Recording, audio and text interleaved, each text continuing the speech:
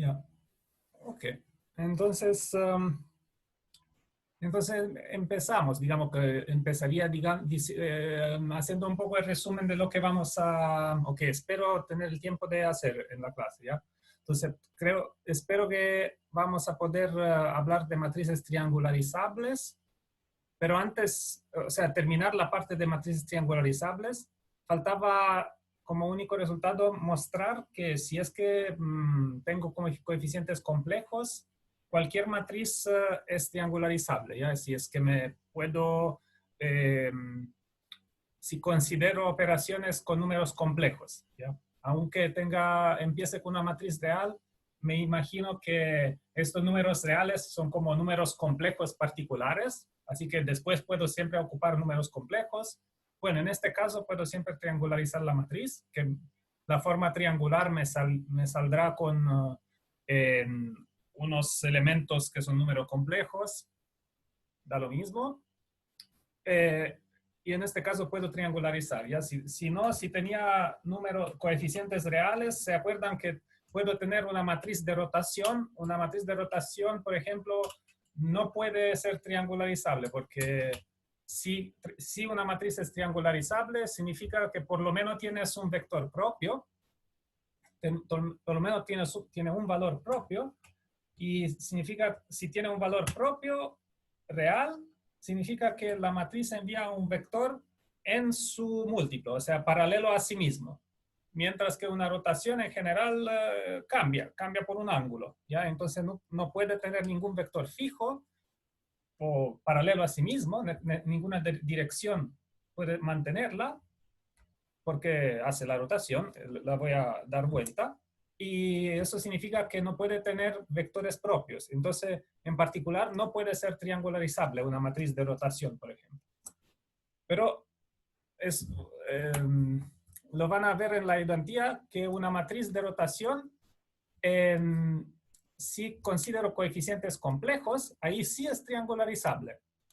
Y además es diagonalizable. Bueno, esto. Y entonces, por eso ocupamos coeficientes complejos, ¿ya? Porque si no, no es cierto el resultado. Y después vamos a pasar al próximo tema, que serían operadores o matrices nilpotentes. Y vamos a empezar como un poco más de esto, y nos va a dar como una fórmula más general eh, del teorema de Hamilton-Cayley, que digamos ya habíamos visto, era el teorema que decía que si tomo el polinomio característico de una matriz, la aplico a esta matriz, me da cero, y lo hemos visto para el caso de matriz diagonal o diagonalizable, y ahora lo vamos a ver en general.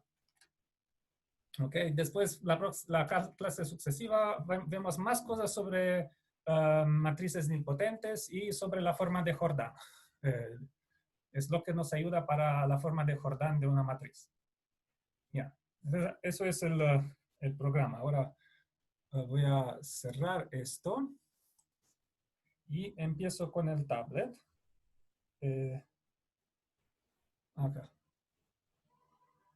A ver si se está. Sí. Esto. Entonces, ahora debería. Voilà.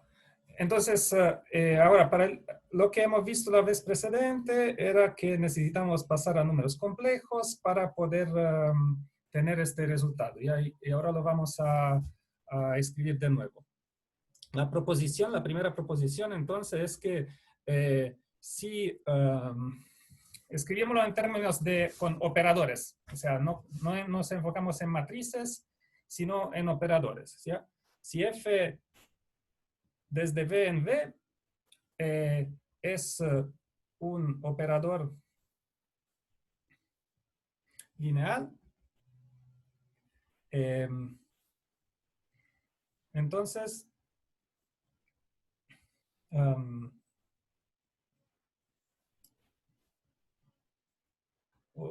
lineal, digamos, y antes de continuar digo, y v espacio vectorial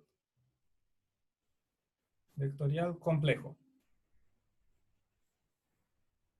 Significa que miro coeficientes complejos, ¿ya? entonces F es triangularizable.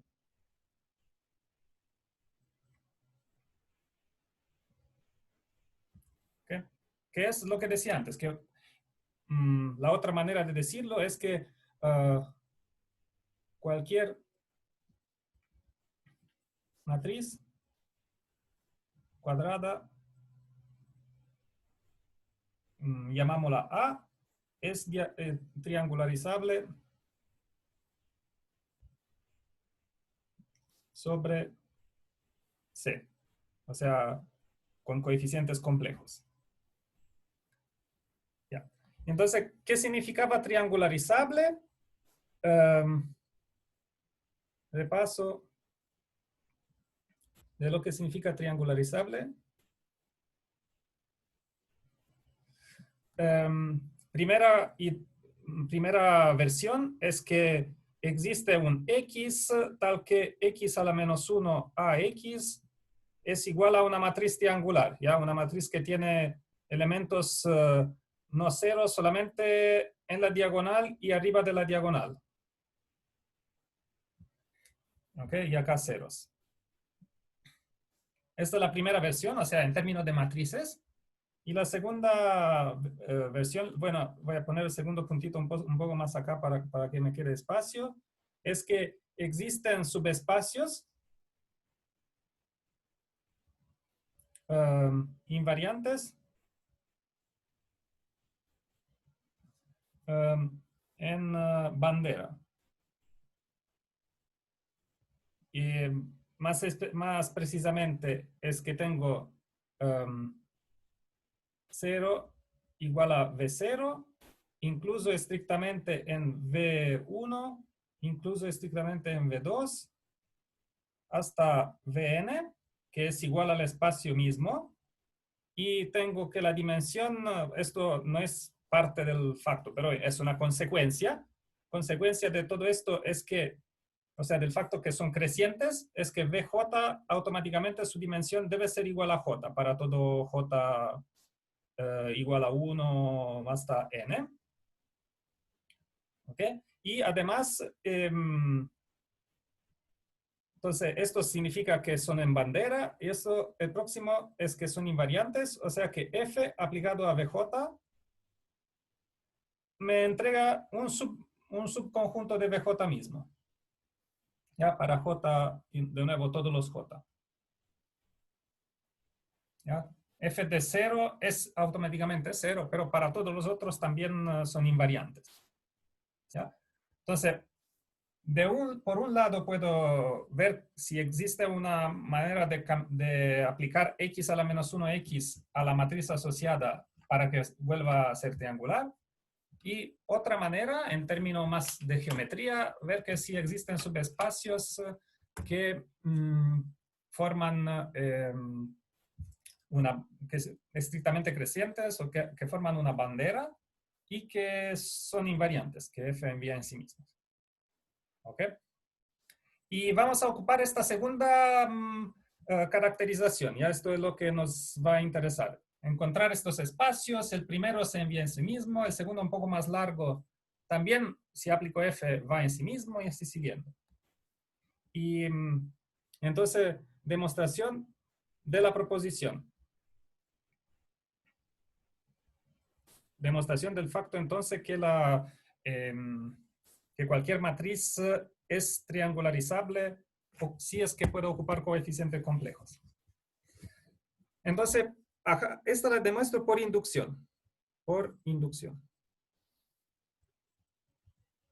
Sobre la dimensión. Sobre la dimensión n, que sería la dimensión del espacio B. ¿Ya? Cuanto la máximo número de vectores independientes que puedo encontrar. La cardinalidad de una base. Ok, entonces por inducción sobre n. ¿Y qué necesito demostrar? Es para n igual 0, n igual 1. Esto es, n igual 0 no es tan claro, digamos, tampoco es tan claro qué significa f desde el espacio de dimensión 0 hacia sí. Esto es automáticamente f que se va desde un espacio de dimensión 0 en sí, significa que envía 0 en 0. F de 0 es igual a 0 y no es tan claro qué significa triangular, es como automáticamente cierto, ¿ya?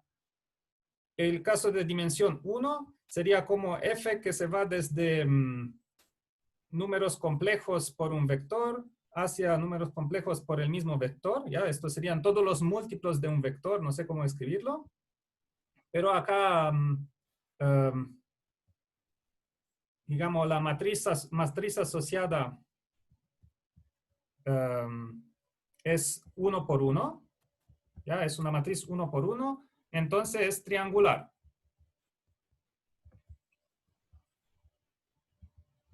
¿Ya? No solo es triangular, es una matriz diagonal. El único término tiene un único término. Entonces es una matriz triangular superior, diagonal, múltiplo de la identidad. Porque simplemente es 1 por 1. ¿Ya?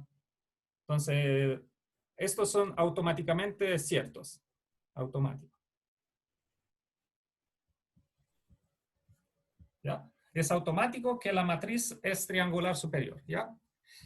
Y ahora el paso inductivo. ¿Qué significa el paso inductivo? Significa que miro, suponamos que sabemos f desde v, f, no sé, f tilde, ¿cómo lo puedo llamar? Sí, tilde.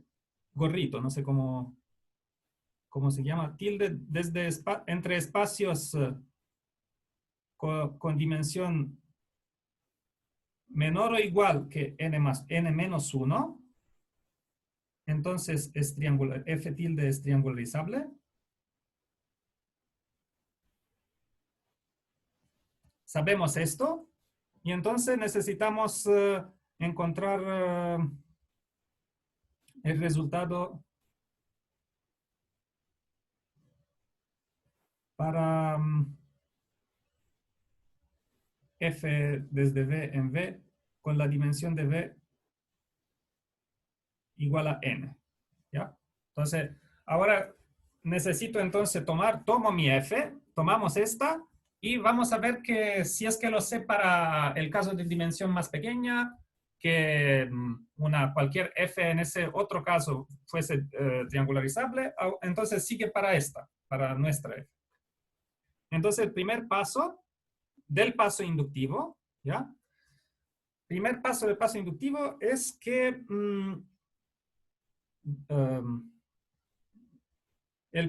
dado que trabajo con coeficiente en C, sigue que el polinomio característico de f, que sería el polinomio de una matriz asociada, ¿ya? Determinante de A menos X identidad con A matriz asociada a F, ¿ya? Y hemos visto en una clase precedente que este polinomio no depende de la matriz, ¿ya? Hemos visto ocupando que cualquier cambio de base está dado por x a la menos 1x, el determinante de un producto es igual al producto de determinantes y x a la menos 1 y x tienen determinantes cuyo producto es 1, ¿ya? Entonces, como si se acuerdan, esto hemos visto que no depende de la matriz y es un polinomio, digamos que depende solo de f, no de la matriz asociada a f, o sea, de fijar una base del espacio, ¿ya? Igual, eso es el polinomio característico de f y p de x tiene raíces. Raíces. ¿Ya? Esto significa que f tiene valores propios.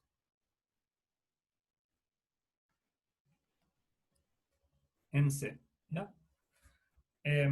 Igual, puede uno entrar más en detalle, decir que a causa del teorema fundamental del álgebra, tiene en realidad n valores propios con multiplicidad, no importa. Lo importante es que tiene un valor propio. Nos interesa que tenga un valor propio. No nos interesa que tenga n o cuantos. Tiene valores propios. Nos interesa solo saber que existe uno. Y entonces tomámoslos. Existe V1 en V. Existe lambda 1 en C, que sería el valor propio. Con f de V1 es igual a lambda 1, V1. ¿Ya? Por lo menos esto lo sabemos. Entonces puedo ocupar esto para describir mi espacio V largo 1. ¿Ya? V largo 1, digo que estos son todos los múltiplos de V1. Acá trabajo con coeficientes complejos. Y entonces sigue que F aplicado a este espacio, V1, lo envía en sí mismo, ¿ya? O sea, puede ser igual a sí mismo o distinto. Depende si lambda 1 es igual a 0 o si lambda 1 es igual a 0, F de todo el espacio V1 se va a 0.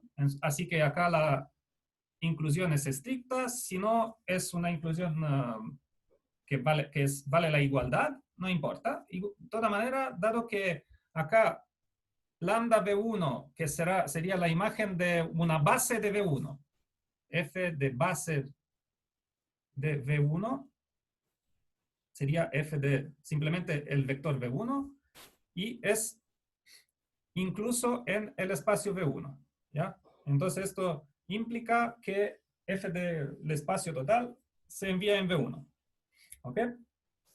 Entonces, esto es el primer paso, que encuentro el primer vector. Entonces, hasta ahora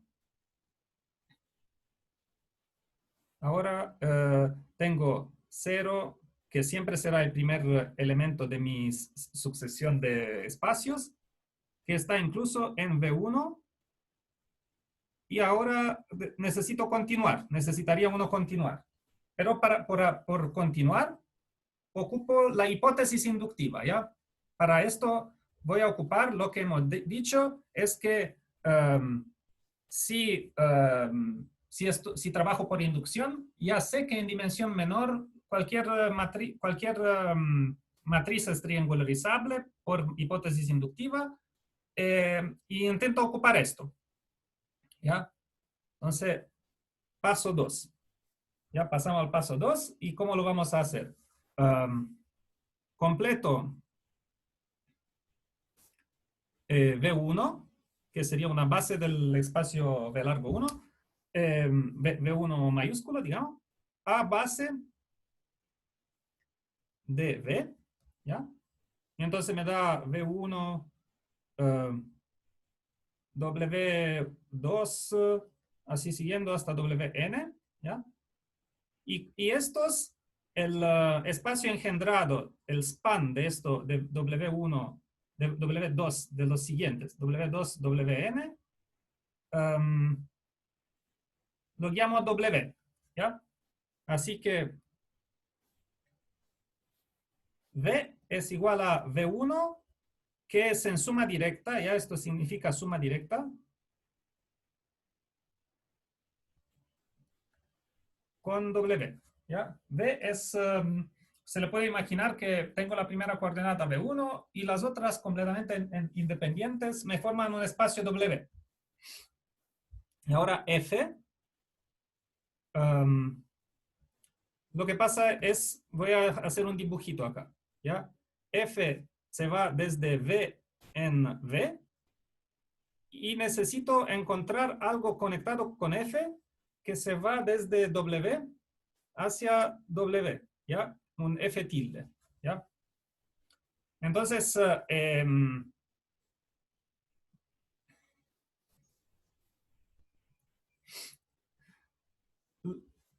yo lo que voy a hacer es que primero para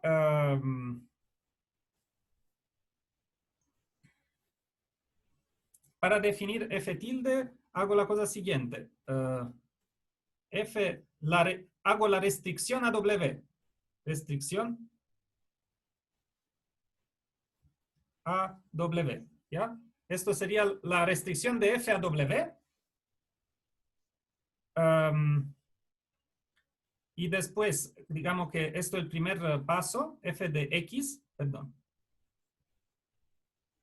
Acá necesito un poco más de espacio, así que lo voy a escribir más acá. Para ver cómo puedo definir f tilde que se va desde W a W ocupando f, ¿ya? Entonces voy a empezar, entonces f tilde de un elemento W es igual a, aplico en práctica f restringido al espacio W, es un operador que todo su dominio está dado por W. Después aplico f. Acá sería, en esta parte del gráfico, quizás lo más simpático es poner como la restricción a W. Después aplico f y después, cuando me restringía W, digamos que, o quizás esta figura no ayuda. Perdónenme, voy a borrar la figura porque me parece que no ayuda mucho. Complica más cómo va a ser todo mucho más formal y menos claro. Así que déjenme decirlo de la manera siguiente. F tilde desde W hacia W es conectado a F y tomo un elemento de W, aplico F. A priori f de W, o sea, yo no sé dónde está f de W. En general es un elemento en V, ¿ya? Así que, además, este elemento en V, W es igual a coeficiente por V1 más coeficiente por W2, suma de varios coeficientes hasta un coeficiente por Wn, ¿ya? Y entonces tomo solo esto. ¿Ya? Y esto es la proyección sobre W, sobre el espacio W del elemento W pequeño, ¿ya? Proyección W aplicado a FW significa que tomo solo estos coeficientes de acá, ¿ya? Entonces, uno se imagina que si V es en suma directa, V1 suma directa W, significa que de una manera V tiene una expresión así, que acá tengo V1, todo esto es V, y acá tengo W, ¿ya? Entonces cualquier punto tiene su coordenada en el espacio V y su coordenada proyectada paralela a los ejes en el espacio W, ¿ya? Y esto sería la proyección 1 de un elemento. Y acá sería la proyección W del mismo elemento, ¿ya? En práctica esto corresponde un poco a lo que he dibujado en la página precedente, ¿ya? O sea, acá tengo esto sería mejor llamarlo V, ¿ya? V, que para nosotros es f de W, un elemento del espacio largo, que es imagen de un elemento de W, y acá tengo una coordenada, acá tengo las otras, y corresponde un poco a esta figura de acá, ¿ya? O sea, cualquier elemento tiene sus dos proyecciones. Entonces, en práctica, para definir mi función f entre W y W, lo que hago es aplicar f a un elemento del espacio W y después la imagen considerar solo sus coordenadas que appartienen al espacio W mismo. ¿Ok? Entonces, ahora este f tilde que sería PW Profe, aplicado a f aplicado a W es una aplicación lineal entre W y W, ¿ya? Que envía W y W, entonces es triangularizable, ¿ya? Por hipótesis inductiva.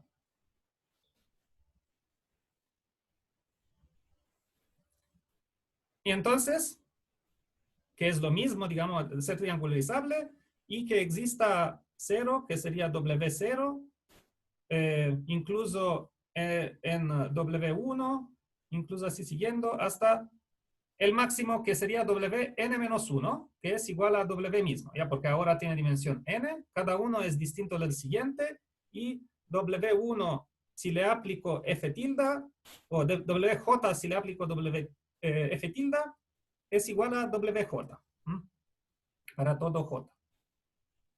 ¿Ok? Entonces existen estos espacios en bandera invariante. Ok. Existe la bandera invariante. Entonces, ¿qué pasa? Pasa ahora si defino V1, que sería, ya lo tengo, V1, digamos, V0, ¿qué está pasando? V0 es igual a 0, V1 como antes, y después ocupo los VJ, ¿ya? Entonces después V2 es igual a V1 suma directa con W1, así siguiendo hasta Vn es igual a V1 suma directa con Wn-1.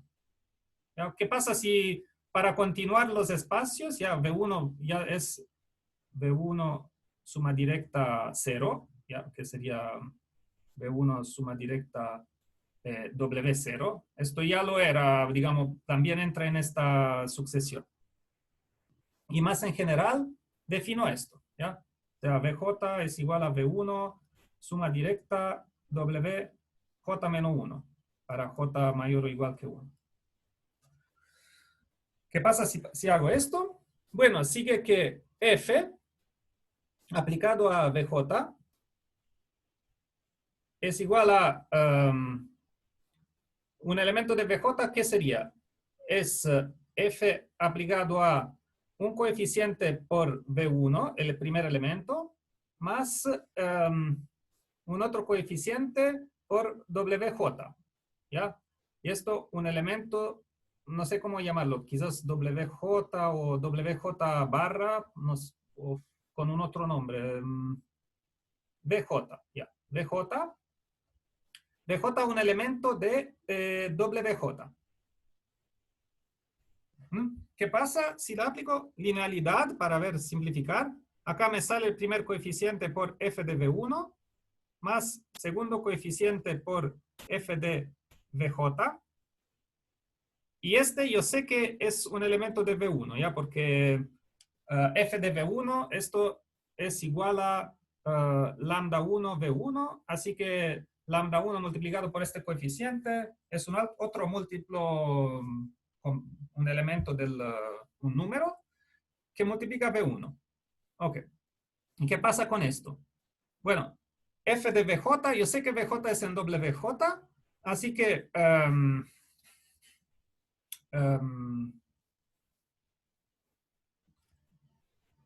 esto es, tiene, no sé, llamámoslos, ¿cómo puedo describir esto? Porque lo que pasa es, acá tengo, de nuevo, hago mi dibujito. Acá tengo V1 y acá suponamos que tengo W. ¿Ya? Acá, esto suponamos que es mi elemento F de VJ. ¿Ya? F de VJ tiene una componente en V1 y tiene otra componente en W. ¿Ya? Entonces, F de VJ, perdón, ahora sería VJ sin, no el doble VJ.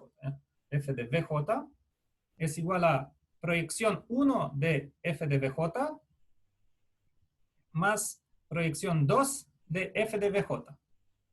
¿Ya? O sea, solo por el facto que VJ era un elemento de WJ, no significa que F de VJ es un elemento de WJ. Es un elemento en general del espacio, ¿ya? Y así que, pero tengo mis dos coordenadas, dado que V es en suma directa. Profe, Te escucho, habla, sí. ¿qué Dime. significa el puntito antes de la F, arriba? Significa un número que no quiero poner una notación, un número. Ah, ya, gracias. Sí, así que no quiero poner más notación de lo que es necesario. Y un número distinto en los dos lugares, ¿ya? Entonces, acá, entonces, al final, f de este elemento vj es igual a puntito por lambda 1 por f de v1 más p1 f de vj más p2. Bueno, p2 fvj, esto en realidad es, finalmente, es f tilde, lo que me gustaría tener, ¿ya? Entonces acá lo escribo directamente. F tilde de vj, ¿ya? Y sé, lo único que sé es que f tilde de vj es un elemento de wj, ¿ya? Porque sé que wj es invariante de, por f, ¿ya? O digamos, para escribirlo más en detalle, f tilde de vj es un elemento de f tilde cuando lo aplico a todo el espacio, vj, ¿ya? Y esto es un subespacio de wj, ¿ya? Esto porque vj es un elemento por hipótesis de wj, ¿ya? ¿Se acuerdan? Entonces hemos empezado expresando este elemento, el vj inicial. ¿Cómo? Ah, digamos que el vj inicial tenía un tilde, ¿ya? vj en este vj inicial era un elemento del vj que acabo de definir, ¿ya? Mamma mía, hice como una complicación de notación incorrecta. Porque lo que pasa es que es la cosa siguiente. Esto suponamos que es en VJ. Entonces, esto de acá es en WJ menos 1, ¿ya? Porque tengo esta decomposición. Así que era un elemento de VJ menos 1, menos 1, menos 1. Simplemente me confundí con los índices, ¿ya? No cambia el razonamiento. Ok, entonces, ahora esto por lo menos esto sé que está en WJ menos 1. ¿Y qué pasa con esto? Esto es en V1. ¿Están de acuerdo? ¿Ya? Porque P1, mi proyección P1, envía este f de VJ en la coordenada que es en V1 y la otra coordenada, la otra proyección sería PW, que me lo proyecta en W. Y en la proyección PW aplicado a f de VJ es f tilde aplicado a VJ, por definición. Y f tilde de VJ es, dado que esto es un espacio invariante, es un elemento de WJ menos 1. Así que f de VJ es igual a elemento de V1, que sería esto, más elemento de WJ menos 1, que sería esto. ¿Ok? Entonces es un elemento de V1 suma directa WJ menos 1. ¿Ya? Así que F de cualquier elemento de V1 más WJ menos 1 sigue siendo en V1 más WJ menos 1 y la F de este espacio es incluso en el espacio. ¿Ok? Entonces estamos ok. Terminamos. ¿Ya? Porque lo que acabo de ver es que si es que tengo mi hipótesis inductiva que la puedo aplicar al F tilde, ¿ya? al F gorrito, entonces significa que después, si defino mis espacios como así, ¿ya? Tengo V0, V1 y después los otros hago suma directa con lo que aplican a V tilde. Sigue que cualquier elemento de uno de estos espacios de acá, de V, por ejemplo, esto sería VJ, es un subespacio de VJ, ¿ya? Y así que terminé porque encontré encontré 0, que es igual a V0, y después V1, y después V2, así siguiendo hasta Vn, con F de VJ, espacio de VJ para todo J, ¿ya? Y cada espacio más largo que el precedente. ¿Okay? Entonces así, esto demuestra, digamos, explica por qué una matriz es triangularizable. Lo único que necesitaba era que existiera este V1, o sea, que tuviera un valor propio, por lo menos un valor propio mi matriz, pero dado que hago un razonamiento por inducción, en realidad me sirve que cualquiera de las F tilde también que defino durante el razonamiento tiene por lo menos un valor propio. Así que casi todo de la prueba necesita que tener números complejos para estar seguro que a cada paso inductivo existe siempre por lo menos un valor propio y pueda aplicar todo lo precedente, ¿ya? Así que esto es la demostración que cualquier operador es triangularizable. ¿Ya? Cualquier operador complejo es triangularizable. Y también si tomo una matriz con coeficientes reales, esta matriz puedo triangularizarla, pero la matriz triangular y la base tendrán coeficientes complejos en general. ¿Ya? Solo con esta condición puedo estar seguro de poder salir de los reales y pasar a complejos. ¿Ok? Ahora, esto era, digamos, una cosa teórica para que la sepan y comprendan un poco cómo funciona y la utilidad del teorema fundamental del álgebra, digamos, de que me encuentra raíces de polinomios. Y ahora vamos hacemos una pausa. ¿Por qué no? Y después continuamos con la segunda parte.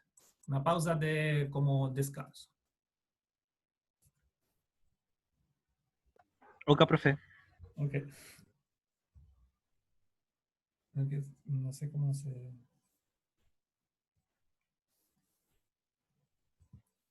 Voy a